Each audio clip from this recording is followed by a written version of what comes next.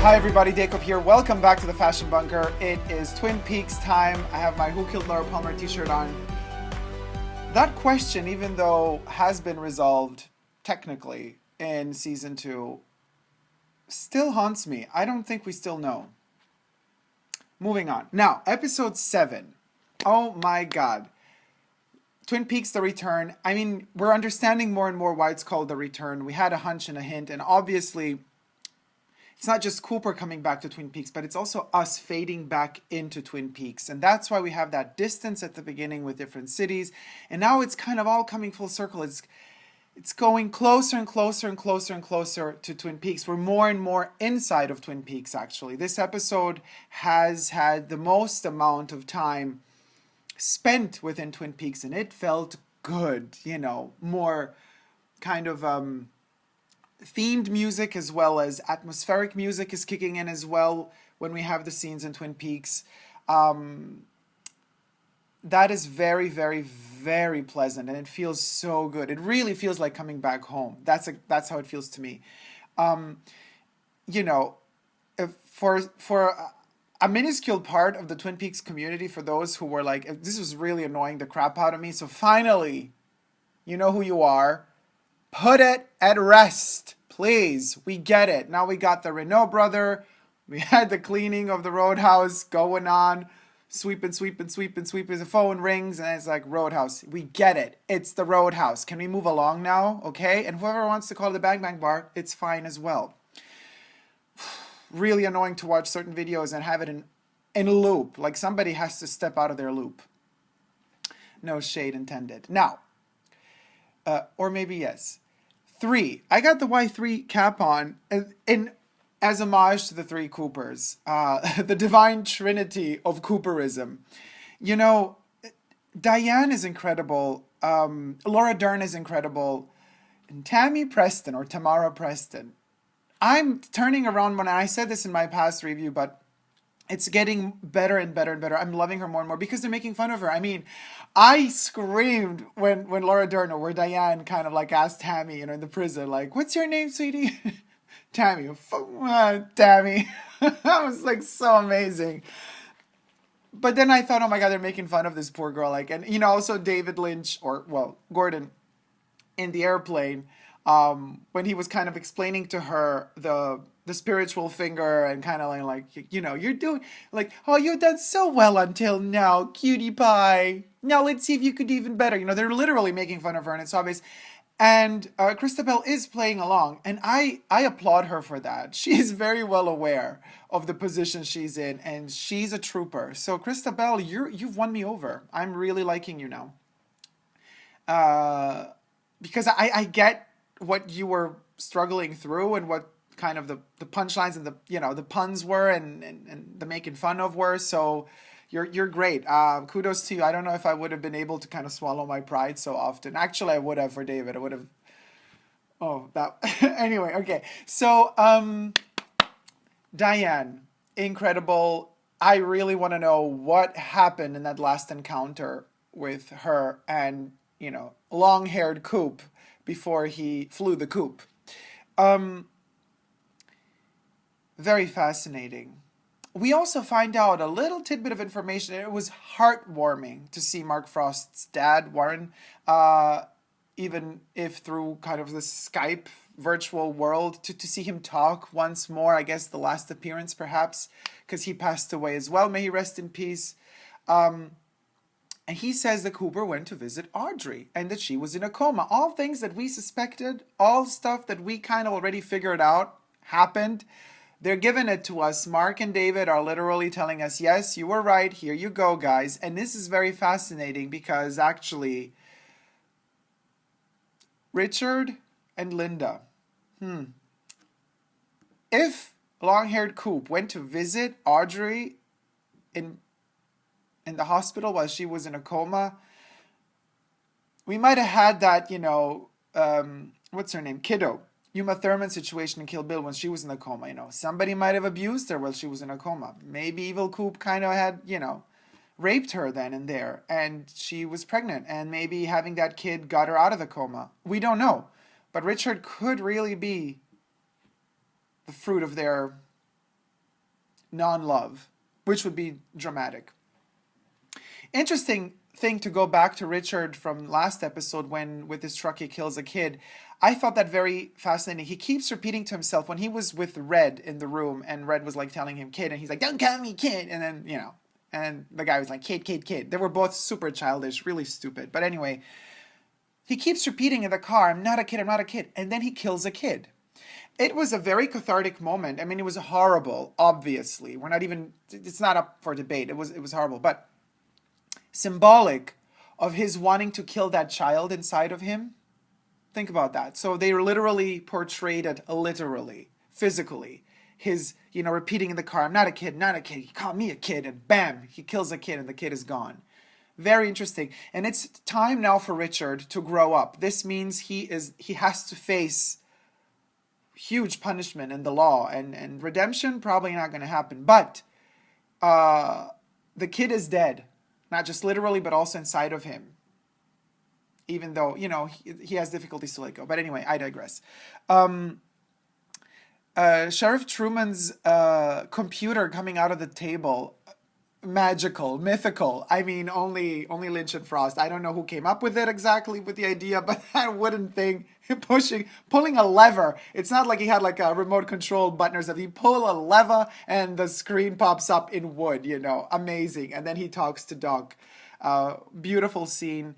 Women-wise, Laura Dern is a very powerful contestant, but Naomi Watts steals the show yet again. She is impeccable, incredible. Naomi Watts is literally the top of the world. Her timing is perfection. Also the way, you know, they also time her arrival in Dougie's office when the police are there, you know, investigating the exploded car with the dead thieves inside of the car, well, the burned to a crisp thieves inside of the car. She gives answers for him. And yet nobody still seems to question what is going on with this guy. Why is he acting so, you know, like a relic of a stroke? Everything she says is incredible. When they're walking out of the building, before Ike the Spike, the little guy, attacks Dougie, which is Good Cooper, notice when they like exit the elevator or whatever, before they're exiting the building, there's like kind of some symbol for some commercial, I don't know for what, but or they placed it there on purpose. But we have a fragmented, I think it has 5 or 6 parts, like plant. It's very abstract, but right after that, they exit. You can see it. It's like in red. Of course, we have the color red. There's like blue and green there as well.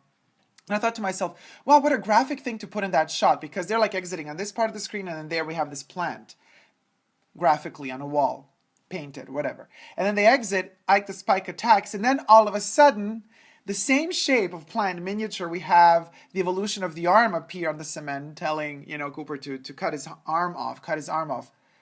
Isn't that fascinating that now we have another little man and we have the evolution of the arm saying, cut the arm off. It needs an arm. It wants an arm of some evil person. And this could have been the doppelganger or not. We're not so sure. But that arm, and now he got his skin. He cut off a part of his skin. So, of course, that was peeled off of the gun later on, and it's in some police station, but we don't know what it is exactly.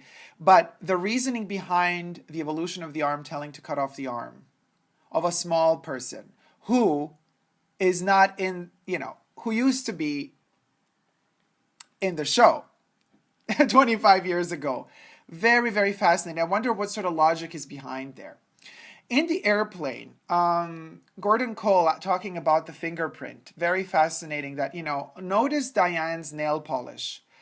She has different colors for the nails. There's a reasoning behind that. Could be connected to that spirituality David Lynch was talking about when it comes to fingers, and this one being the spiritual finger.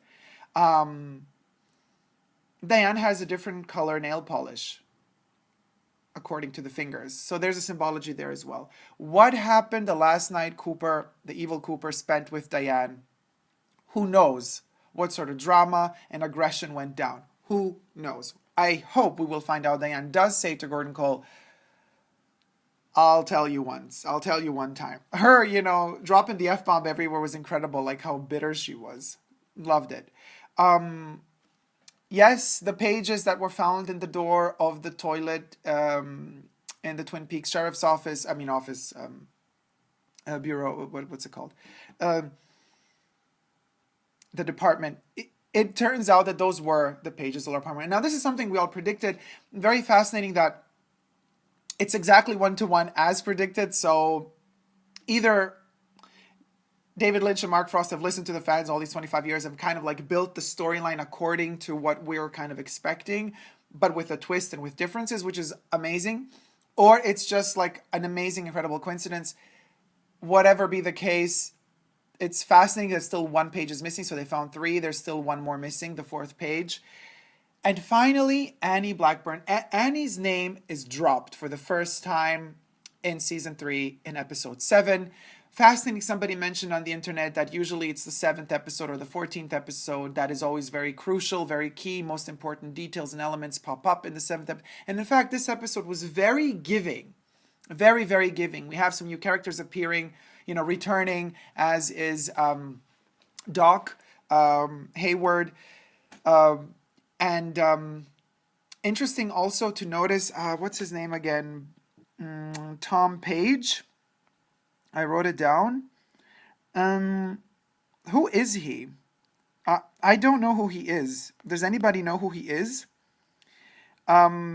So there's a lot of cancer going on. Unfortunately, we have the log lady who's terminally ill. And now we're figuring out that Harry Truman, either it's leukemia or cancer. The way that his brother talked to him on the phone, seems like Harry has also some possibly terminal disease. Not so sure. That was painful to kind of acknowledge.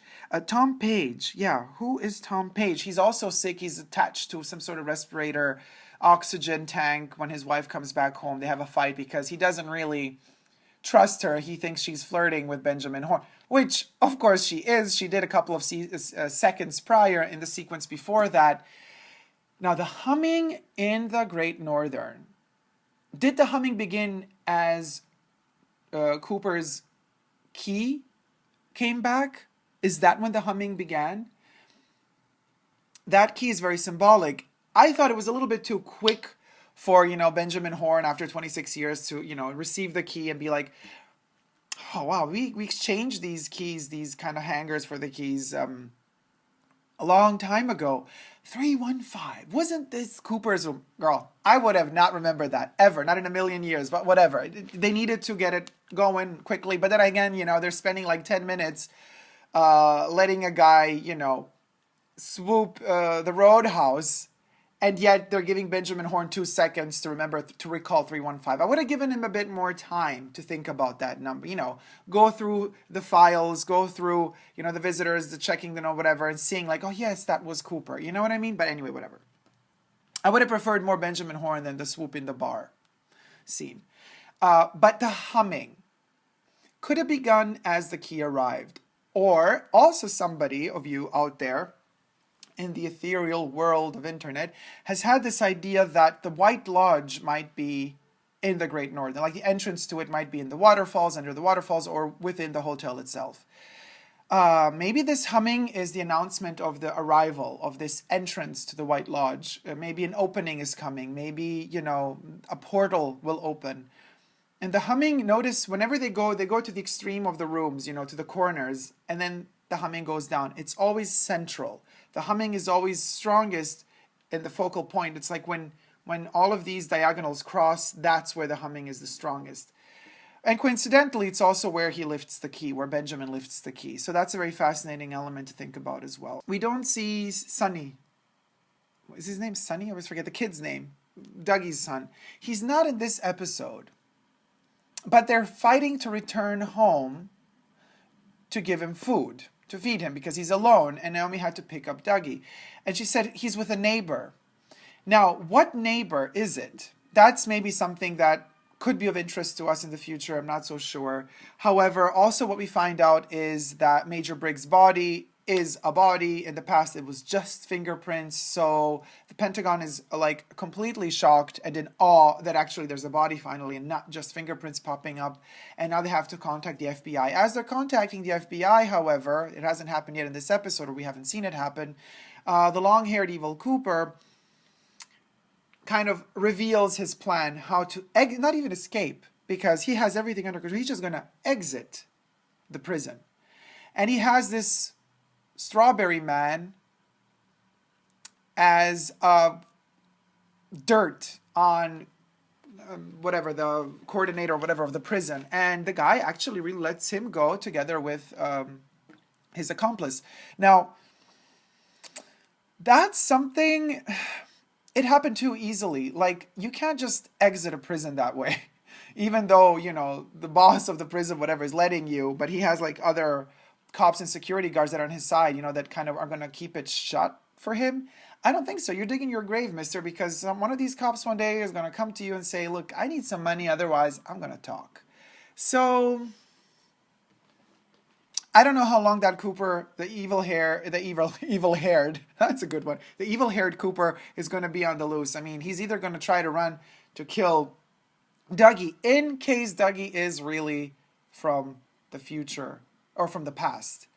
But some of the hints in today's episode kind of tell us that no, he's not from the past. He's actually, the time is actual. So of course it's the key that arrives to the Great Northern that Jade, the hookah, sent over, you know, and so the time matches. That's kind of the proof that it, well, at least that's proof that as the story of Benjamin Horne unfolds with the humming and everything, that's happening parallel to Jade, you know, throwing time-wise the key into the post box and then the key arriving to the Great Northern. Whether or not the scenes in the Great Northern that we see now with Benjamin Horne are in the same time as the happenings with Gordon Cole and the FBI investigation and Diane, you know, and Tammy, this is still unsure, uncertain, because the FBI hasn't come back to Twin Peaks yet. Also, there hasn't been any connection yet between Benjamin Horne, no scene together with Benjamin Horne and, you know, Deputy Hawk. So as far as the Laura Palmer diary is concerned and the pages found, I'm also not so sure if that the 3 pages found have been found in the same time as the key arrived back to the Great Northern. I'm just looking at the scene now in the hospital where the Pentagon, you know, is was military. Colonel Davis's chick is in the hospital, and she's calling to tell him, hey, this is a body, not just fingerprints. Who is that black figure walking through the hospital, or walking, not the hospital, the morgue or whatever, wherever we are? Who is that black figure that appears as she's talking and then walks down the corridor? Similar to the spirit, the black spirit we've seen floating out of prison in episode 1 or 2. But we don't see the eyes. We don't see the eyes of that creature or person. So that's kind of, I mean, maybe scary to some. To me, it literally tells me, oh, okay, we're going to go. It's a hint of some sort. It's a hunch. It's telling us maybe we're on the right track. And then there's some stronger spirituality going on there at work that's either working to stop them, prevent them from finding out more, or it's going to help them to find out more. We're not so sure about that just yet. But as the lady turns around, she does see the black figure, hooded figure, and then she turns around again, and I don't know. I mean, you're from the military, girl. Like, I would have done something. Looks super suspicious. Is she just like, huh? Who are you? Oh, okay. Bye. And then leaves. But whatever. Great scene. Oh my God. To see Gordon Cole whistling or humming in his office. I mean, first we have a shot of corn. This is another corner of the office that now we get to see. So we have Kafka on one side, we have the nuclear explosion right behind him, and then we have corn in preparation of creamed corn on another wall. So we go from the corn to a close-up of Gordon Cole sitting in front of, you know, the nuclear mushroom, whistling and humming. A beautiful, beautiful scene. I loved it. And actually, if you notice, the corn has like kind of that smoky vibe to it behind it, and it's like slightly tinted in purple. It's the same color or hue or tint that Cooper is in when he's kind of above the Black Lodge or inside the Black Lodge when he's in that space and there's that ocean of purple. Similar color. And David Lynch is going for it. He is whistling for the gods. And it's so beautiful to see. He is incredible, definitely. Bless his heart. So guys, I guess that's kind of all that I have to say for now. I have to rewatch it to see even more things and more details. But for now, I guess my question is, what is happening to Ike the Spike? Who does he have to answer to? Will he be answering to the long-haired Cooper or not? Or does he have some sort of access to the Black Lodge, and does he have some sort of answers that he has to deliver there once he failed at his attempted murder of Dougie, or alias Special Agent Dale Cooper? And Annie. How's Annie, and when is she coming back, guys? Let me know what you think in the comment section down below. This episode was incredible. I loved it. It flew by in a nanosecond. Oh yes, I also want to know one thing. I also want to know what is going down with the owner of the truck that Richard Horn was driving that killed the boy. So apparently the truck is owned by this other guy who is supposed to meet up with Deputy Andy, but that never happens because probably Richard killed him or somebody killed him. So that's another little mystery within all of these mysteries that I want to figure out, like what happened and how does Andy know about all of this? And I don't know. Very curious to see, because, you know, that was one of those shots of Andy waiting on that corner, Sparkwood and 21 or wherever he was waiting for the other guy. That was in the trailer prior to the release of the first episode of Twin Peaks Season 3, The Return. So that was very fascinating to see, like, what importance is there. And, of course, Sarah Palmer. We need her back. I still need her in the liquor store, but I also need to understand more what is going on with her. I do wish to see more, you know, old school Twin Peaks characters return and have dialogue and have actually more interaction between each other. Thank you guys so much for watching. Don't forget to subscribe to my channel here on YouTube. I'm also on Instagram, Facebook, and Twitter. See you all very soon somewhere in the Black or White Lodge. Bye, guys.